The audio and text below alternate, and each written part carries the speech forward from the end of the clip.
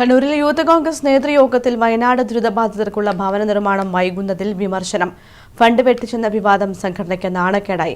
സംസ്ഥാന പ്രസിഡന്റ് രാഹുൽ മാങ്കൂട്ടത്തിലടക്കം പങ്കെടുത്ത ജില്ലാ നേതൃയോഗത്തിലാണ് വിമർശനം. പ്രവർത്തനങ്ങളിൽ സജീവമാകാത്ത ഭാരവാഹികളെ നീക്കാനും നേതൃയോഗത്തിൽ തീരുമാനമായി.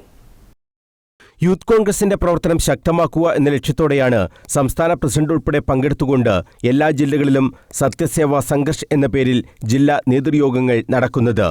മണ്ഡലം പ്രസിഡന്റുമാർ മുതൽ മുകളിലോട്ടുള്ള ജില്ലയിലെ ഭാരവാഹികളാണ് നേതൃസംഗമത്തിൽ പങ്കെടുക്കുന്നത്.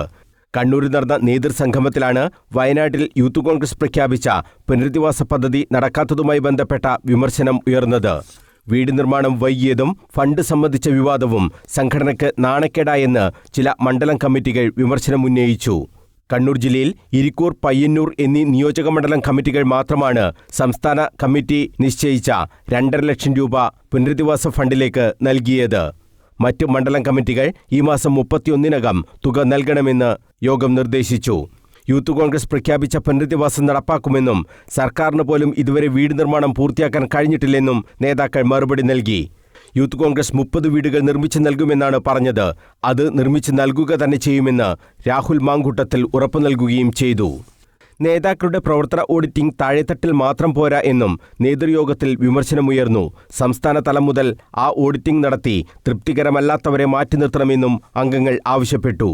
കണ്ണൂരിൽ പ്രവർത്തന രംഗത്ത് സജീവമല്ലാത്ത നിരവധി നേതാക്കൾക്കെതിരെ നടപടിക്കും തീരുമാനമായിട്ടുണ്ട്. കണ്ണൂർ ജില്ലാ ഭാരവാഹികളായ നൌഫൽ ആറളം, വിജിത് മുല്ലോളി എന്നിവരെ ഒഴിവാക്കാനും ധാരണയായിട്ടുണ്ട്.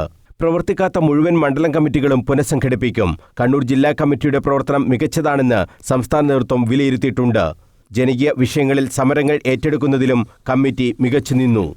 കണ്ണൂരിൽ മാത്രമായി നിരവധി സമരങ്ങൾ യൂത്ത് കോൺഗ്രസ് ഏറ്റെടുക്കുകയും അത് ജനകീയ ചർച്ചയായി മാറുകയും ചെയ്തിട്ടുണ്ട്. താഴെത്തലത്തിൽ കൂടി പ്രവർത്തനം മെച്ചപ്പെടുത്താൻ സംസ്ഥാന നേതൃത്വം നിർദ്ദേശം നൽകി. മനോജ് മയ്യിൽ, കണ്ണൂർ വിഷൻ.